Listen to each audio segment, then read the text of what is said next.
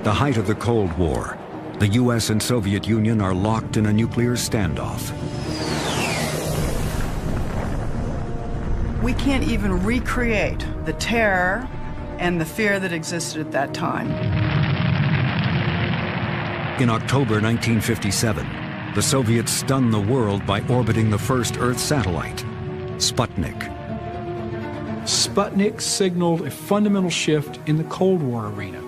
Previously to this, the U.S. had been viewed as having the upper hand. Not so much anymore. Sputnik was defined not as a Soviet success, but as a U.S. failure. Much of the blame for failure is directed at the president. President, Russia has launched an Earth satellite. They also claim to have had a successful firing of the intercontinental ballistics missile, none of which this country's done. I ask you, sir, what are we going to do about it? They felt that he was asleep at the switch when Sputnik happened, that it was his fault. A major U.S. defeat. A president taken by surprise, who fails to understand the significance of space. This has long been the popular understanding of Sputnik. But 50 years later, thanks to new evidence, a completely different story is emerging. The Soviets have done us a good turn. How the U.S. had the technical know-how to be first, but chose not to use it. Von Braun had the strict order not to build a satellite. I actually had the satellite in the trunk of my car. Why America was late getting into the space race. We could have beat Sputnik by a year. And what secrets a president never revealed. All these he took to the grave. The real beginning of the space age.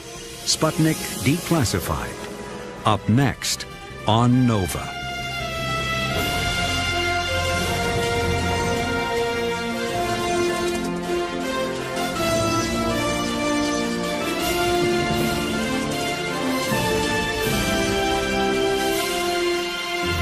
Major funding for NOVA is provided by the following.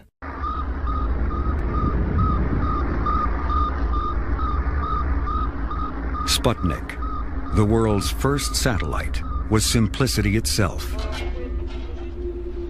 An aluminum sphere 23 inches across, polished to reflect sunlight. Inside, a battery pack and basic radio, sending out a repeating pulse. It saw nothing and heard nothing. All it did was coast and beep. Its batteries died after 3 weeks. After 3 months, it fell back into the atmosphere, burned up, and was gone.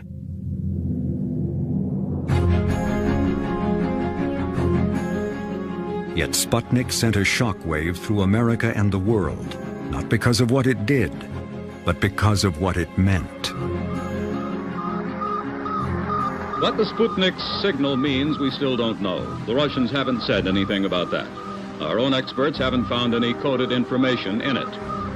The event itself, the sudden Russian advance to the far frontier ahead of every other country, that event is full of meanings, clearest of all the scientists whose work is the exploration of space.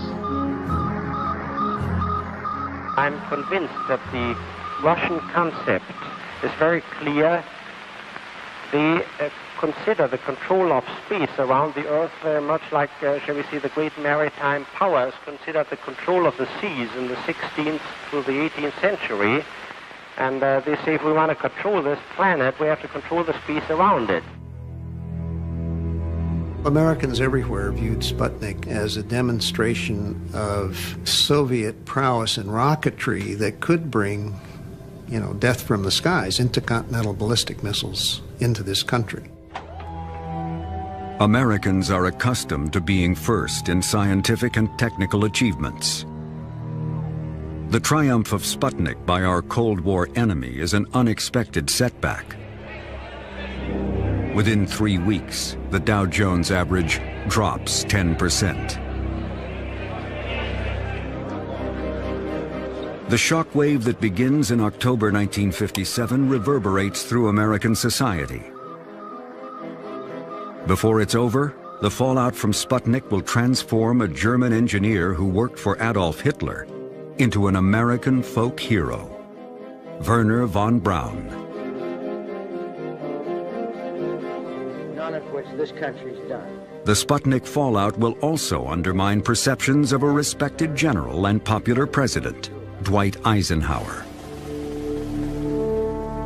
The man who is president when Sputnik is launched has spent his entire adult life in the military. The peak of Eisenhower's career is leading the victory over Nazi Germany in World War II. Of the United States. So help you God. So help me God. We stand ready to engage with any and all others. Now, as president, facing the Soviet Union in the Cold War, Eisenhower's greatest fear is a surprise attack on the American homeland, a nightmare burned into his soul by his generation's 9/11, Pearl Harbor. This was a deep memory of being caught by surprise, being caught unprepared, and you then put that in the context of the early 1950s when Eisenhower came into office and seemed like there was a real danger that the United States could be confronted with a nuclear Pearl Harbor. He didn't believe that you could survive a nuclear war. I think that the general feeling was that there wouldn't be a chance of getting out of it. What Eisenhower most wants is information about the enemy's forces. Early in 1954, he authorizes illegal military overflights to photograph the Soviet Union. This was a major presidential decision. These peacetime overflights of the Soviet Union were very risky. First of all, because these aircraft could not operate at altitudes above Soviet air defenses. March 1954. American fighters photograph Soviet air bases near Vladivostok. In April, American planes again enter Soviet airspace. But in May, Eisenhower's strategy backfires. An American bomber flies into Russia and is attacked by Soviet fighters.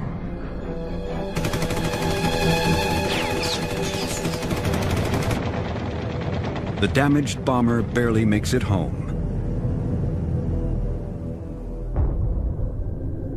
It is 1954, 3 years before Sputnik. Eisenhower is committed to surveillance of the Soviet Union, but he needs a better way. This led him to appoint a secret committee in 1954, headed by the president of MIT, James Killian, to examine this whole surprise attack problem. How real was it, and what did we need to do in order to get the information? In early 1955, the top-secret Killian report concludes that science may soon provide an alternative. Satellites could give Eisenhower exactly what he needs. What Eisenhower is lusting for is a complete overview, the kind of thing that'll tell us where they all are. It's like playing a poker game in which you can look over the other guy's shoulder. Eisenhower believes that intelligence and surveillance is the answer to preventing a hot war. Unlike aircraft, a satellite could keep the entire Soviet Union under nearly continuous surveillance. From now on, a spy satellite will be Eisenhower's highest priority for space, a project that will take years and proceed in deepest secrecy. In the meantime, the Killian report recommends the U.S. proceed with development of ballistic missiles, rockets used to carry bombs. In the early 1950s, the most experienced ballistic missile team in the country is in Huntsville, Alabama, working for the U.S. Army. But the roots of this team do not lie in Huntsville. The engineers developing missiles for the Army are primarily German, and many of them have been working on rockets since childhood. When I was about 14 or 15 years old, I built my first rockets myself. It was very primitive. It was an assembly of some old water pipes, which I screwed together and filled with self-mixed powder. And they got off the ground all right, maybe 15 feet or 20 feet, and then fell down again. I was still in high school, and we started, I would say it was in the very late 1920s, to build our own rockets and to try to fly them. And I said to try to fly them because most of them, of course, didn't work. One of these German rocket boys has even bigger dreams, Werner von Braun. He not only wanted to pioneer space travel, he wanted to go himself. He was obsessed with the idea that he could lead an expedition to the moon. He pictured himself in the seat, in the driver's seat, in the pilot's seat of these spacecraft. In 1932, as a 20-year-old graduate student, von Braun comes to the attention of the German army. The army is searching for an alternative to heavy artillery, which is banned by the Versailles Treaty after World War I. They want von Braun to develop a ballistic missile, a rocket that will perform the function of artillery. The project will eventually require a vast new rocket development center. Peenemünde, a coastal town, will be the location. Von Braun will manage the team. As the project grows, von Braun demonstrates a genius for engineering management. By the time he's 30, his team numbers in the thousands. Yet he still maintains a breathtaking grasp of the smallest detail. The whole room changed when he came in. He sat down on a box in our laboratory, not on a chair, just on a box, and a very interesting technical discussion evolved. And it was immediately noticeable how well von Braun was informed about details. It was very impressive to me. In 1939, World War II begins in Europe. The German army is anxious to have von Braun's rocket available. But a working guided missile is still years away. The Peenemünde team faces enormous challenges in engines, guidance, and aerodynamics. The engine is basically a controlled explosion with an opening at one end. The engineers have to find a way to keep it burning for over a minute without melting itself. We had initially a lot of heat transfer problems, so the wall of our rocket engines burned through.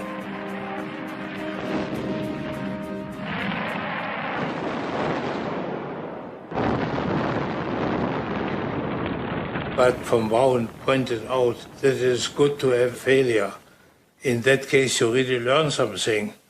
If everything goes the way you had planned it, you haven't really learned anything. So he was not really discouraged when we had in Peenemünde mishaps, and we of course had many of them.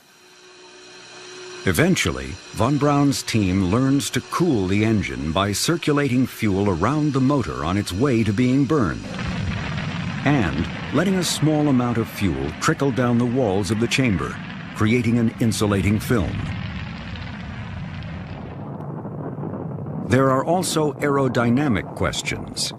No one is sure what will happen when the rocket exceeds the speed of sound. To get answers, the engineers build a cutting-edge supersonic wind tunnel. The biggest problem is guidance, getting the rocket to steer itself. You were going to have to develop something that would launch vertically and then tilt over, and you were going to have to keep that thing more or less on course, such that it would land on a target reasonably accurately. And that really was the biggest and most difficult part of the whole thing. Von Braun's engineers develop a system of multiple gyroscopes which sense the rocket's position and send steering commands to move control surfaces on its fins and vanes in the exhaust.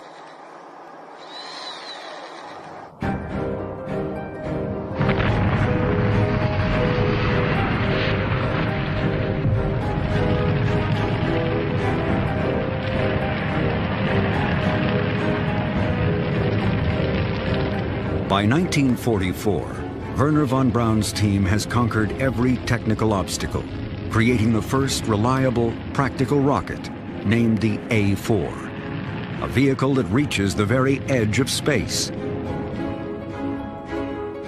And even now, 13 years before Sputnik, von Braun is already thinking about a satellite.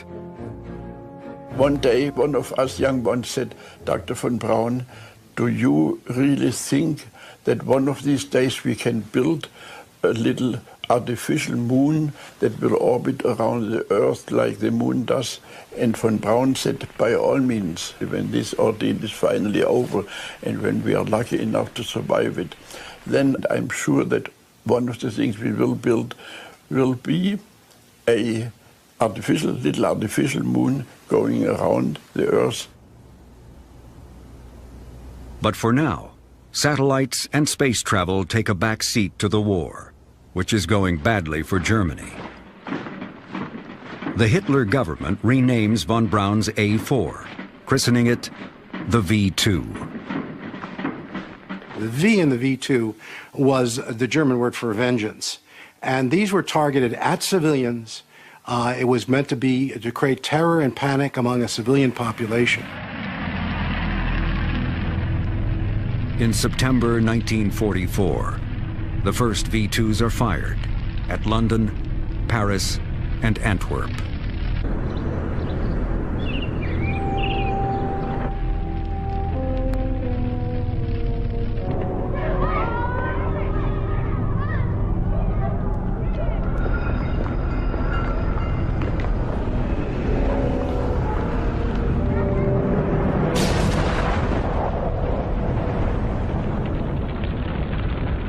Wernher von Braun has made the ballistic missile a reality.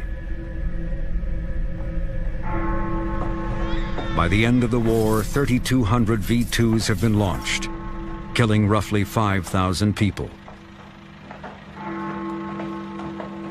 But the true toll of the V-2 is far higher. To mass produce the rockets, the German SS used workers taken from concentration camps. The slave laborers worked in horrendous conditions, a fact which cannot have escaped von Braun's purview. Dozens of people were dying every day from starvation, from disease, from beatings and executions, and von Braun was in that plant several times. So he was confronted very directly with the horrifying and murderous conditions of the concentration camp workers. In the end, the V-2 is an ineffective weapon for Germany. It completely fails to terrorize the Allies. It is also a weapon unique in world history, in that more people die producing it, 20,000 workers, than from being hit by it. However, the strategic significance of von Braun's creation is what it means for the future. British, Americans, and Soviets all want Wernher von Braun's team. 6 days before the war ends, von Braun, his arm broken in a car accident, surrenders to the Americans. At the end of World War II, he moved his whole team from the northeast of Germany near Peenemünde to Bavaria in the closing weeks of the war so he could surrender to the United States. He told the officer that interrogated him after his surrender, the U.S. will let me go to Mars. He knew very well that he did not want to operate under Soviet control and chose to associate himself with the United States. Von Braun and roughly 100 German engineers are put to work on rockets for the U.S. Army. First in Texas, then in 1950 in Huntsville, Alabama.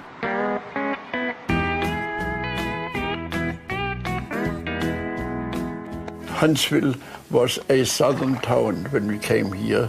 It was a beautiful southern town. It reminded us very much of what we read in The Gone with the Wind. In Huntsville, the von Braun team is expanded. American engineers are recruited, many from the Deep South. I'm a country boy from Alabama. I was a very naive country boy till I went away to college.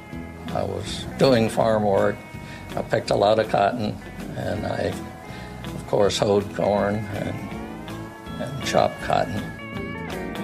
There was a lot of us around who had been farm boys, and we'd gone off to school on the GI Bill and got an education, and we wanted to use that education. So it was a real honor to join that team. The von Braun team is charged with building a second-generation V-2 called the Redstone, designed to carry a nuclear bomb 200 miles. But even as he works on a weapon for the Army, von Braun's dreams of satellites and exploring space are never far from mind. The notion of an Earth satellite really was pervasive in terms of listening and talking and being and working with the German group that was here.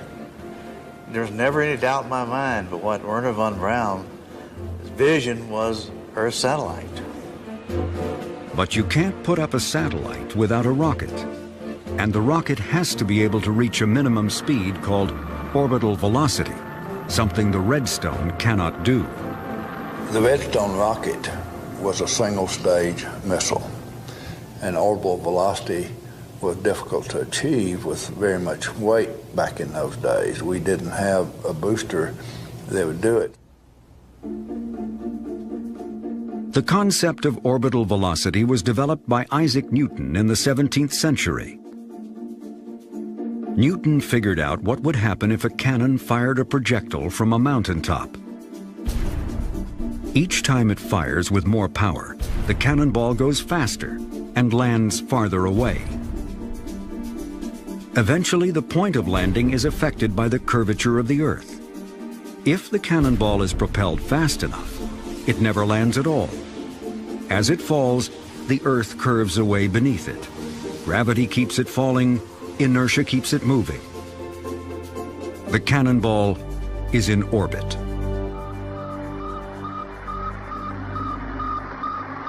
The necessary speed to achieve orbit, orbital velocity, is roughly 17,000 miles an hour. The top speed of the Redstone is only 4,000 miles an hour, not nearly fast enough to reach orbit. But Wernher von Braun has an idea. In 1952, the von Braun and I met in a corridor, and in passing, von Braun said to me, "Ernst, with the Redstone we could do it." I said, "Do what?" And he said, "Launch a satellite, of course. Can't you see?" And of course I could see immediately. And then von Braun, in the corridor, with his fingers over the no paper and no pencil, he drew into this air his plan. Von Braun's plan is to add stages, additional rockets, stacked on top of the Redstone. They're a way to get more velocity.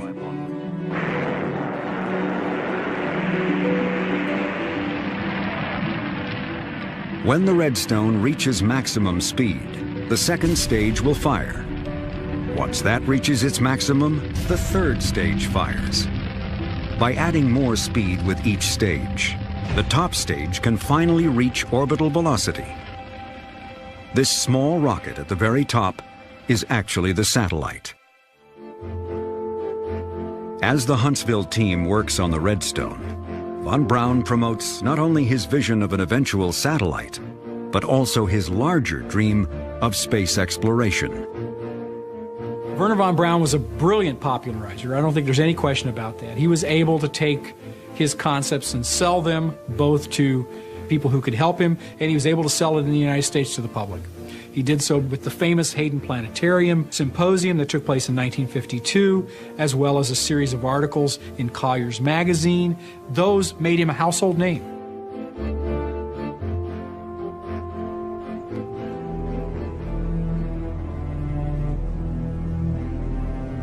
Wernher von Braun is not the only one with a vision for space.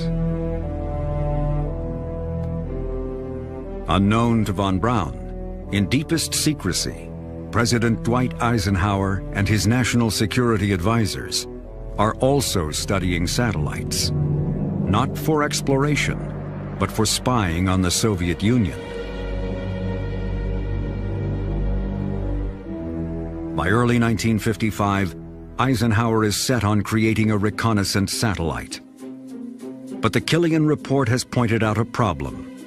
The legal status of space has not been defined. National boundaries extend into the atmosphere, but how far up does territorial airspace go? The answer will be critical to Eisenhower's spy satellite plan. The question was, would the Soviet Union accept an overflight by an American satellite over its territory? Would that be a provocation to war? We needed to prove that airspace stopped at the top of the atmosphere, that space was in fact a different environment in which there were no limits, which many international lawyers had already been arguing. What Eisenhower will do is orbit a small satellite now to set the legal precedent of freedom of space. You not only have to make the argument from a theoretical perspective, but you have to establish it with some practical application. And launching a satellite into Earth orbit where it would overfly all the various nations associated with its flight path, and they're not protesting that, would mean that it would help to establish a precedent. In May 1955, the policy is officially adopted. To establish freedom of space, America will proceed with a scientific satellite, and Eisenhower will emphasize the peaceful purposes of the project. The National Security Council suggests the best way to do that is through the International Geophysical Year, IGY, which is scheduled to run from 1957 through 1958. There was a thing developed called the International Geophysical Year that was going to do coordinated international measurements of everything about the Earth. And in both the United States and the Soviet Union, the scientific community said, hey, wouldn't a satellite to do Earth measurements be a good thing to be part of the IGY? The idea of the scientific satellite was already out there, but here was a perfect argument for a covert reason to support it on the part of the Eisenhower administration to establish the principle of freedom of space. July 1st marks the beginning of one of the great scientific adventures of our time, the International Geophysical Year. In July 1955, Eisenhower announces the U.S. will launch a scientific satellite as part of IGY. Within days, the Soviet Union announces it too will launch a scientific satellite during IGY. It is the summer of 1955, 2 years before Sputnik. The Soviets and Americans have both announced plans for IGY's scientific satellites. President Eisenhower's secret agenda for space is underway. But Eisenhower has not announced who will build America's first satellite and the rocket to launch it. One proposal is submitted by Wernher von Braun's Huntsville team in partnership with the Jet Propulsion Lab in California. JPL has pioneered solid-fuel rocket technology that will provide the added stages necessary for the Redstone to reach orbital velocity. JPL will also build the satellite, as well as a tracking system to pinpoint the satellite's position in space. Together with Huntsville, it's a winning combination. The competition is a plan created by a think tank affiliated with the U.S. Navy, the Naval Research Lab. It's basically a civilian arm of the Navy. It's a laboratory run by the Navy, paid for by the Navy, but it is basically civilian scientists who run it. The Navy's proposal, called Vanguard, will also use a multi-stage rocket. But whereas the von Braun JPL plan uses mostly existing components, the top stage of the Vanguard rocket will be brand new, built from scratch. In those days, failures were fairly common with missile systems. So we didn't really think that they would get there right out of the chute. On the other hand, we had a tried and true Redstone booster. In early August 1955, the selection committee picks Vanguard. At the Naval Laboratory in Washington, D.C., Dr. John Hagen reveals progress on the man-made satellite of Project Vanguard. Here's a model of the three-stage... The von Braun team is stunned. Oh, there was surprise, and there was anger. And we had worked hard to get this thing put together in the short time we had to put it together. And then to lose to what we felt at the time was more a political decision, less than a merit decision. Yeah, there was anger. We were pissed off because we thought we had the best system. And we just thought, you know, somebody didn't know what the hell they were doing to pick these guys. The decision to select Vanguard, made in secret, remains controversial to this day. Historians still debate what went on behind closed doors. The Navy had a better scientific proposal. Their rocket combination based on a sounding rocket was weak. The Army had a far better booster to offer, but the Vanguard scientific payload was by far superior. Ironically, the fact that Vanguard would use a new, unproven rocket may have worked in its favor, because it was a scientific research rocket, not a military weapons carrier, a missile. Eisenhower's first priority was to create a precedent that you could fly satellites over another country's territory, and so we adopted a policy of not having a launch vehicle that was also a weapons carrier. Others suspect different factors may have been at work. There may have been some other reasons that were not stated in quite the same way. There was resentment inside the Department of Defense and in other settings in the U.S. government against Wernher von Braun and the German rocket team that had come to the United States after World War II. Some people said President Eisenhower did not want the German team to be the main ingredients of the launch of the first satellite. And I have not seen any written documents on that, but people have mentioned it.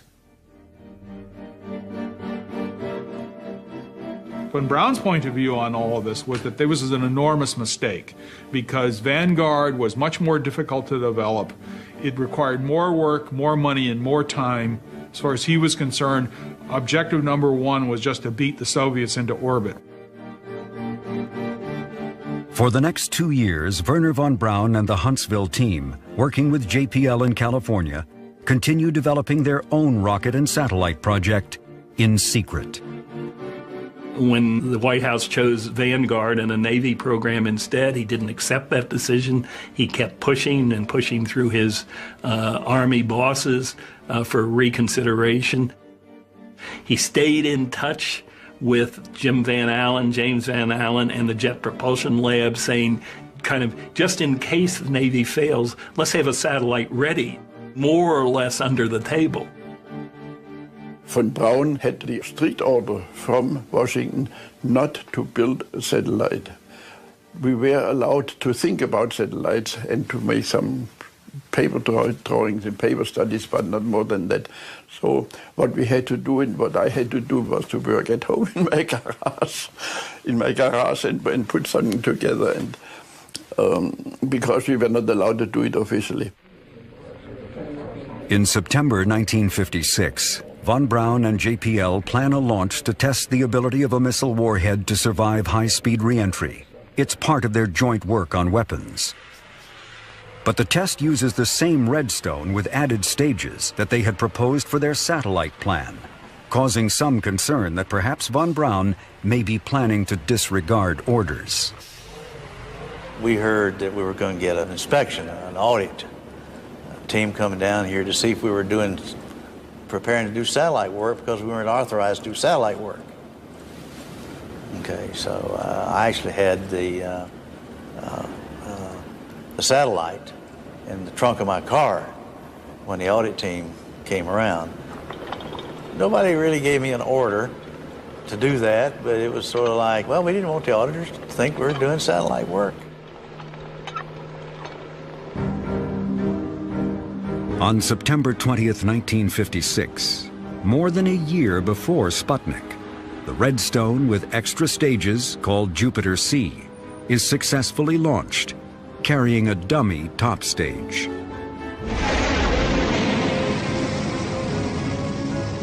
had it carried a satellite instead, history would be different. When we fired that, we knew we could put a vehicle in orbit because we had the velocity that it required. If we had been given the go-ahead, we could have beat Sputnik by a year. We had the hardware over in Redstone sitting in warehouses ready to go. We could have beat them. That's the thing that grabbed us, hurt the most, is we knew ahead of time that we could have beat them. For the next year, the von Braun team keeps a Redstone rocket stored, ready to put up a satellite, but they conceal what they're doing. Officially, it was a Redstone out of the production line with which we had to check and test the ability of the rocket to stand long time storage. So you see, that was militarily justifiable, but for us, silently, it was the launcher for the satellite.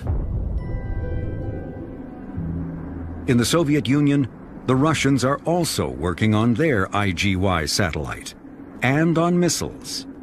It is now July 1957, 3 months before Sputnik. On July 5th, CIA Director Allen Dulles warns the administration that the Soviets are probably capable of launching a satellite soon. The CIA is getting information from U-2 spy planes photographing Russia, a stopgap measure until reconnaissance satellites are ready.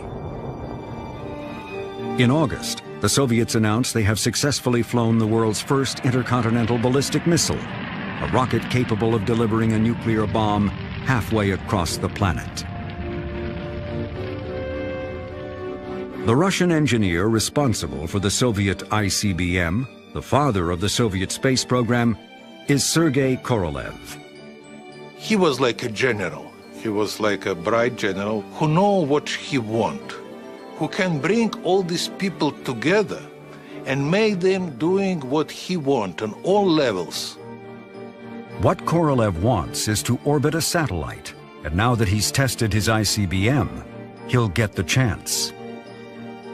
After that successful launch, and only after that, did Sergei Korolev go to Khrushchev and say, if you give me authorization, I can have in a couple of months some small satellite, and we will beat the United States into space. Korolev wanted to win this race, and he did everything for this. He wanted to be the first. It was a race not between two countries. It was a race between the United States and Korolev personally. Korolev knows the West will demand proof of the Soviet accomplishment. He plans to provide it with a simple beeping sound, able to be heard by amateur radio operators all over the world. He, from the very beginning, understood that there might be interesting international impact, and he simply installed a little transmitter and antenna to communicate with radio amateurs. And he assumed that they will be able to pick up the signals of the Sputnik. If some of Western propaganda would cast doubt that Russians launch such an object in space, these independent amateurs would be able to confirm.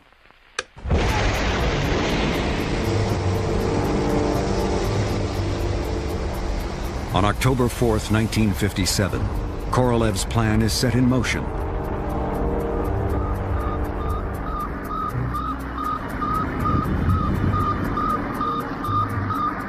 Sputnik, the world's first satellite, reaches orbit. As Korolev predicted, amateur radio operators all around the world track the signal and confirm what the Soviets have done. This is the satellite launch day before yesterday, Friday the 4th of October 1957. It's now 8:30 a.m. on Sunday the 6th. Having been warned by the CIA, Eisenhower is neither surprised nor alarmed. On October 8th, 4 days after Sputnik, he meets with his advisors.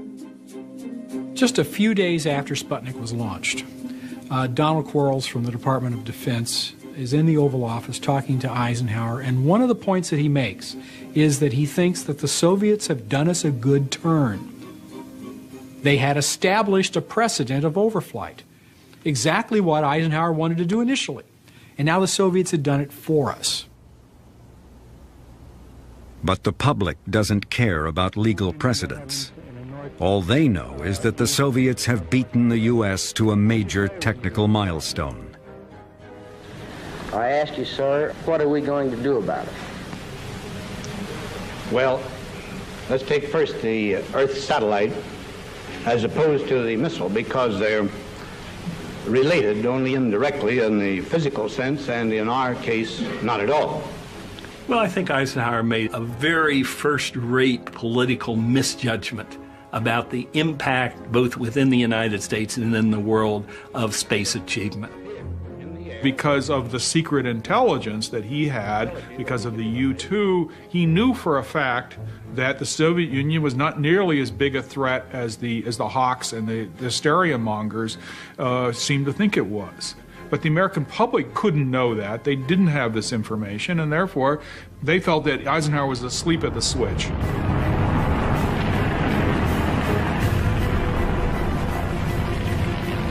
Four weeks later, a second Russian satellite, Sputnik 2, carrying a live dog. The strong public reaction forces the administration's hand.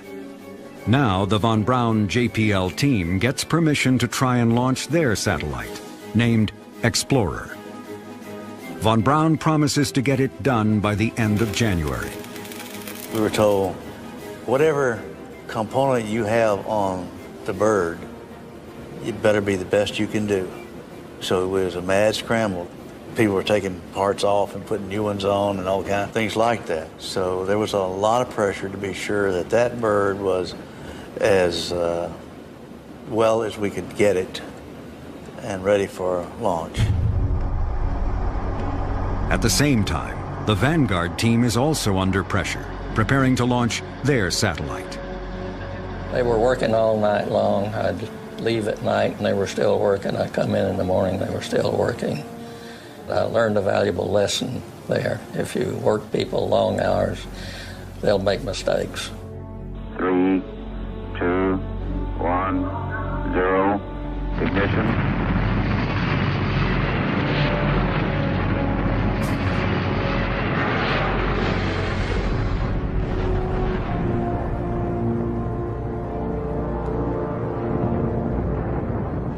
Eight weeks after Sputnik 1, December 6, 1957, on live television, Vanguard rises a few feet, loses power, and explodes. I hate to say this, but I think we were happy to see it blow up, because we knew that the only other chance that the United States had of getting anything into orbit in reasonable points of time was our bird. By late January 1958, the von Braun team is ready with Explorer. The rocket is the Jupiter C, a modified Redstone with extra stages added. The upper stages are built by JPL, as is the satellite, which contains scientific instruments designed by James Van Allen of the University of Iowa. Left complete. All right, give me range, please. 5, 4, 3, 2, 1. Fire command. Fire command.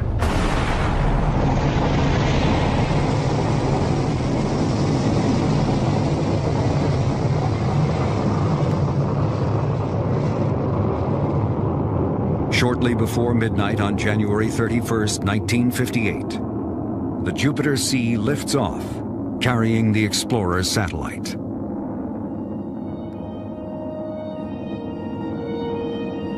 They waited for 90 minutes, and here's the signal coming over. It had made it around and was coming back. Once we heard it was just jumping up and down, pop the corks time, and it's hard to describe the feeling. 4 months after Sputnik, America has its own satellite in orbit.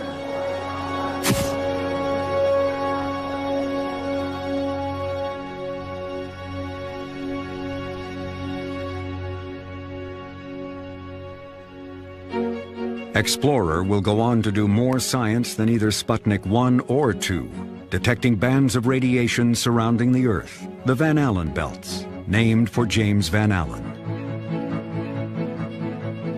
With Explorer, the U.S. has entered what comes to be known as the space race, a competition Dwight Eisenhower didn't believe in. He wanted spy satellites for national security, but was skeptical whether moving toward a manned space program would be worth the cost.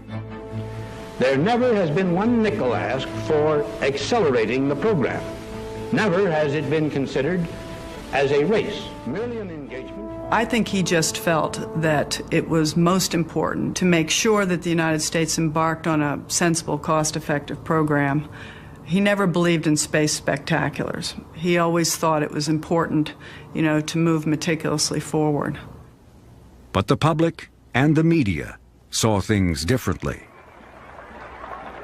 Once the Soviet Union declared that its space success was an indication of the superiority of the communist way of life, the United States had little chance but to say, well, we can do it better. Now, Eisenhower resisted that pretty strongly, but he was fighting a losing battle. In 1958, Eisenhower creates a new civilian agency to run America's space program, NASA. Federal funding for American science and education is also increased to better compete with the Russians. In March 1958, Project Vanguard tries again.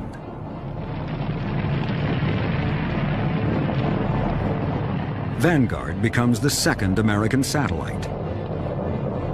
Its data prove that the Earth is not perfectly round, but slightly pear-shaped.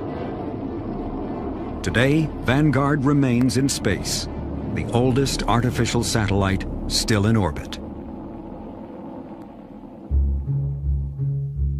The success of Explorers cements Wernher von Braun's image as an American hero, the man who put the U.S. back in the race. The U.S. government keeps secret the details of von Braun's World War II past, which only emerge after his death.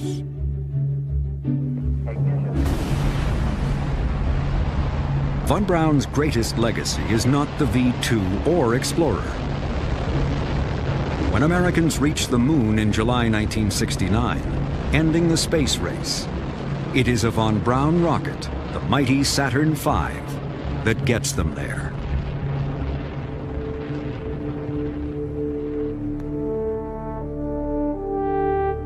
Dwight Eisenhower's space legacy remains largely unknown. Just before he leaves office in 1960, the spy satellite he wanted, codenamed Corona, finally becomes reality. Corona begins a revolution in American intelligence gathering.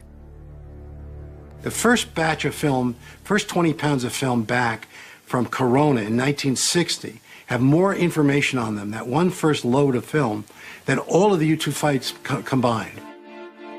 Just as Eisenhower hoped, reconnaissance satellites proved to be a bonanza, not only for him, but for every president who follows. What he hands off to the presidents that come after him is an amazing amount of information. We know, when we go to arms limitation talks, SALT talks, all the sort of talks we would go to with the Russians face to face, we know exactly where everything was because of these satellites.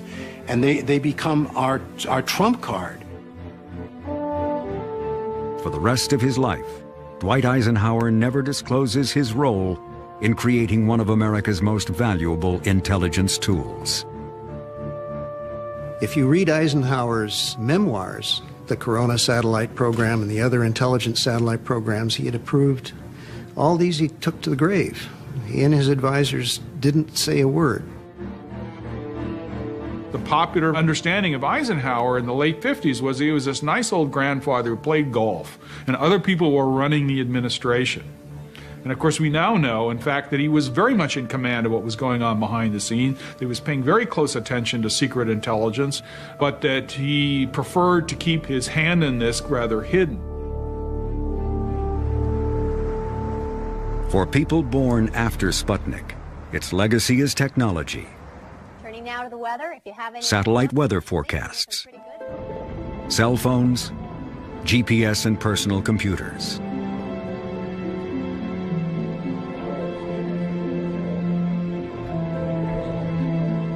But for those who lived through the fall of 1957, Sputnik will always have a deeper, more profound meaning. For the first time ever, we leave this planet, we go into Earth orbit with a human-made object, and that signals the beginning of a new era, a new age, which we call the space age. And the world has fundamentally changed in the 50 years since that took place.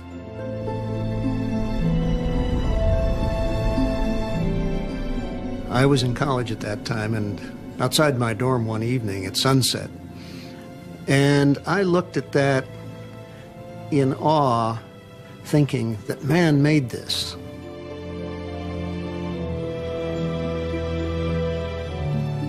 Sputnik 1 changed everything, just changed everything.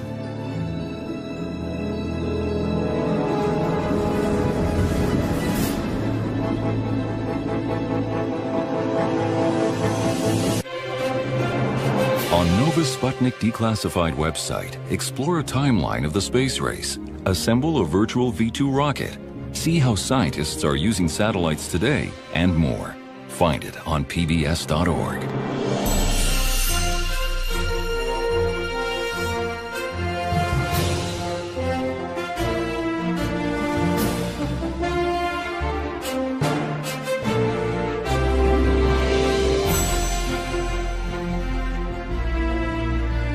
To order this Nova program for $24.95 plus shipping and handling, call WGBH Boston Video at 1-800-255-9424.